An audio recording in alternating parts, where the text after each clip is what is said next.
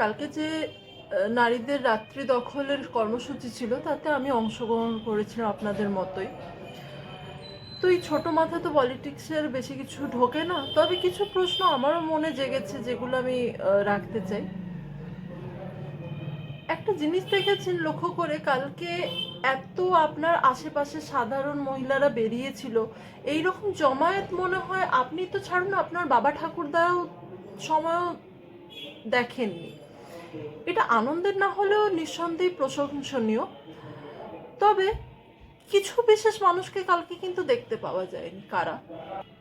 এক, যারা ভোটের আগে সানগ্লাস মাথায় এঁটে এদিক থেকে ওদিক দৌড়ে চলে যাচ্ছিলেন, সাধারণ মানুষকে জড়িয়ে ধরছিলেন, ভিড়ের মধ্যে মিশে যাচ্ছিলেন, সবার ঘরের মেয়ে এরকম একটা ভাবভঙ্গি, তাদেরকে কিন্তু কালকে দেখতে পাননি। দুই, বিকেলবেলা টিভির পর্দায় আপামর বাংলার মহিলাদের দুঃখের কাহিনী যিনি শোনেন আর সবার সামনে তুলে ধরেন, তাকে কিন্তু দেখতে পাওয়া যায়নি। তার আবার আজকে এক্ষুনি একটা স্টেটমেন্ট এলো, সেটার ব্যাপারে আমি পরে আসছি।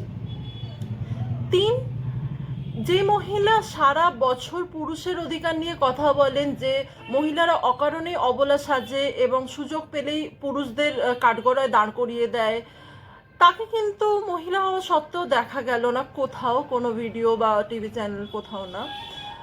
চার, যারা সারা বছর ধরে একটা মুভি রিলিজ করলে আমাদের দয়া করে পাশে থাকবেন, সাপোর্ট করবেন এইসব বলে বেড়ান, তাদের কিন্তু সাপোর্ট দেখা গেল না। পাঁচ, কিছু বিশেষ পোশাক পরিহিত বোনদের আমি দেখতে পেলাম না। এটা কারো দিকে আঙুল তুলছি না, এটা আমার ক্ষোভ যে আমি একজনকেও দেখতে পাইনি। যদি আপনি দেখে থাকেন তাহলে আপনি হয়তো গুনতে পারবেন হাতে, কিন্তু এমনটা তো হওয়ার ছিল না, না? কারণ লড়াইটা তো সবার, সব মেয়েদের, তাই না? আর অদ্ভুত ব্যাপার, কিছু মানুষকে দেখতে পেলেন কালকে। কাদের? না, স্বপ্নদীপ মারা যাওয়ার সময় যারা বড় বড় করে রক্তচক্ষু এঁকেছিল, যারা বড় বড় করে বলেছিল যে সিসিটিভি ক্যামেরা কারো মৃত্যু আটকাতে পারে না, কোনো খুন আটকাতে পারে না, সিসিটিভি ক্যামেরা এসব কিসের দরকার, তারাও কিন্তু কালকে ভিড়ে সামিল হয়েছিল। আর দ্বিতীয় কারা ছিল কালকে? না, যারা ভোটের আগে খেলা হবে খেলা হবে বলে তারস্বরে চিৎকার করছিল, কালকে তারাও বোধহয় চিন্তার নজর নিয়ে নিজের বাড়ির মেয়েটার দিকে তাকিয়েছে আর মোমবাতি নিয়ে ভিড়ে সামিল হয়েছে।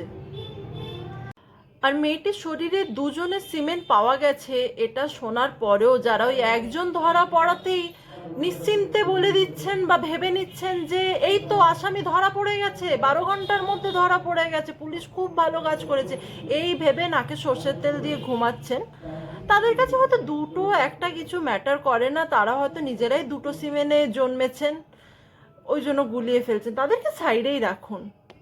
এরপরে আসি যারা বলছেন যে এইসব একদিনের নাটক করে কি হবে। ঠিক কথা, তা আপনারা ভোটের আগে নাটকটা করেন কেন? যদি এতই কাজ করে থাকেন সারা বছর, আপনারা এমনি ভোট পাবেন, এমনি জিতবেন।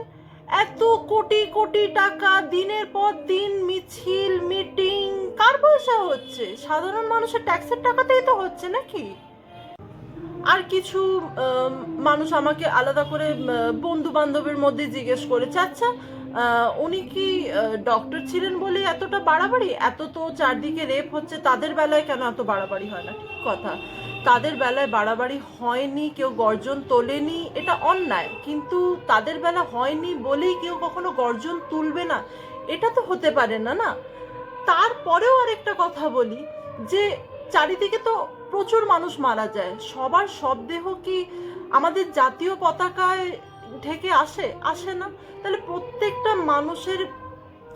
মানুষই ভ্যালুয়েবল, কিন্তু তার মধ্যেও কিছু মানুষের সমাজে কতটা ভ্যালু, বা সে কি কাজ করতে গিয়ে মারা গেছে, কিভাবে মারা গেছে, এই সবগুলোই তো বিচার্য বিষয়, তাই না? তাই সব কিছুকে এতটা জেনারেলাইজ করে দেওয়াটা ঠিক নয়। এবার আসি ওই মহিলার কথায়, যার এক্ষুনি স্টেটমেন্টে শুনলাম যে এত চারদিকে অন্যায়, আমরা কি সত্যি স্বাধীন? উত্তরপ্রদেশে এত হচ্ছে, মধ্যপ্রদেশে এত হচ্ছে। ম্যাডাম, জোর করে আলু বোকরা মিলিয়ে দেবেন না। এটা কিন্তু রেপটাকে ঢাকার জন্য মার্ডার হয়নি, মার্ডারটাকে ঢাকার জন্য রেপ হয়েছে। এখন বোকা বোকা কোয়েশ্চেন করবেন না যে আপনার কাছে এভিডেন্স কি আছে আপনি এই কথাটা বলছেন, আপনিও জানেন কথাটা। সাপোর্ট যদি কেউ করতে না পারেন, আপনাদের ওই অকাল কুষ্মাণ্ড মুখটা নিজের পকেটে ঢুকিয়ে রাখুন।